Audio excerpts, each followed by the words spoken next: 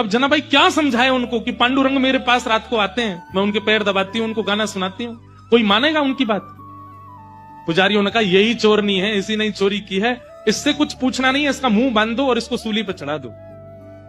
और यही किया, मुख बांध दिया, एक शब्द नहीं सुना उनका, और तभी सूली तैयार करके जनाबाई को चढ़ाने लगे। तो एक पुजारी जी बोले, ए जना तेरी कोई अंतिम इच्छा है? तो फिर से जनाबाई ने एक मराठी में फिर एक कीर्तन गाया ठाकुर जी को टोकते हुए, और उसमें पूरे संसार को जनाबाई कहती हैं कि भैया ये प्रीत की रीत बड़ी कठिन है, इनसे प्रेम के मार्ग में अगर आओ तो सोच समझ के आना, ये बहुत खेलते।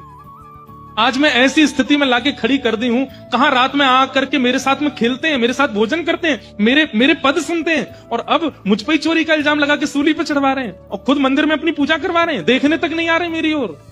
अरे संसार के लोगों, वैसे प्रेम करना हो तो इनसे ही करना, लेकिन इनसे प्रेम करो तो बड़े सोच समझ के करना, ये खेलते बहुत है। ये उस मराठी पद का ये भाव है।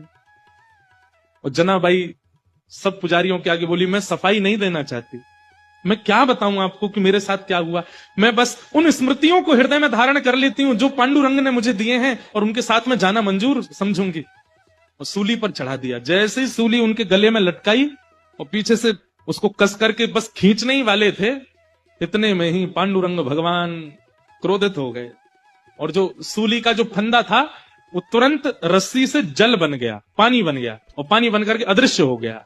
जैसे ही अदृश्य हुआ, श्री नामदेव जी महाराज तुरंत पहुंचे। उन्होंने जाकर के सब पुजारियों से कहा, बोले पांडुरंग भगवान बड़े क्रोध में हैं, मंदिर में भी बड़े क्रोध में दिखाई दे रहे हैं, वे जनाबाई को ये दंड नहीं दिलवाना चाहते, निश्चित ही कोई अंतरंग लीला है। अरे इतने घेराबंदी में ठाकुर जी रहते हैं, ये छोटी सी लाली कैसे चली जाएगी अंदर, तुमने सोचा?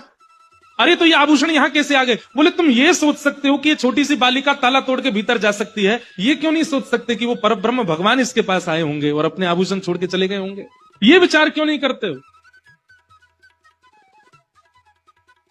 लेकिन बंधुओं, उसके बाद जनाबाई बड़ी हताश हो गई, सबने क्षमा मांगी, लेकिन जनाबाई बोली नहीं, अब पांडुरंग मुझे बुला रहे हैं और मैं जा रही हूं। तो तुरंत वहां से निकली, पीछे लोग भागे, लेकिन फिर वो दिखाई नहीं दी, ठाकुर जी उनको लेकर के प्रस्थान कर गए।